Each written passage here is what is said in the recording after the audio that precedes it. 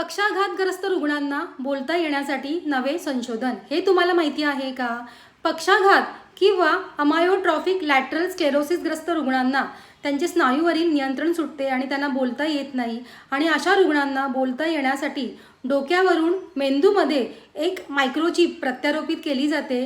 त्याला microchip implant असं म्हटलं जातं. म्हणजेच मेंदूमध्ये मायक्रोचिप इम्प्लांट चिप म्हणजेच ब्रेन कम्प्युटर इंटरफेस आणि ती संगणकाशी जोडली जाणार आहे. आणि जेव्हा तो रुग्ण बोलण्याचा प्रयत्न करेल तेव्हा त्या लहरी त्या चिपमध्ये कॅप्चर होणार आहेत आणि AIच्या साहाय्याने त्याचे आवाजामध्ये रूपांतर होणार आहे. यापूर्वीसुद्धा या लहरींना कॅप्चर करण्याचा प्रयत्न केला होता, परंतु पहिल्यांदाच त्यांना AIच्या साहाय्याने आवाज दिला जाणार. सुरुवातीला याची अचूकता फक्त 4% होती, परंतु ती आता 60%वर आलेली आहे. आणि रुग्ण नैसर्गिक आवाजामध्ये बोलणारच नाही तर तो गाणं सुद्धा गाऊ शकतो. नवे तंत्रज्ञान सध्या तरी एका रुग्णावर वापरण्यात आलेलं आहे आणि जर हे तंत्रज्ञान वापरण्याची जर संख्या वाढली तर त्याच्या अचूकतेबद्दल आणखीन स्पष्टता आपल्याला कळेल. डॉक्टर मैत्रेयी वैरागकर असं त्या संशोधन करणाऱ्या डॉक्टरचे नाव आहे.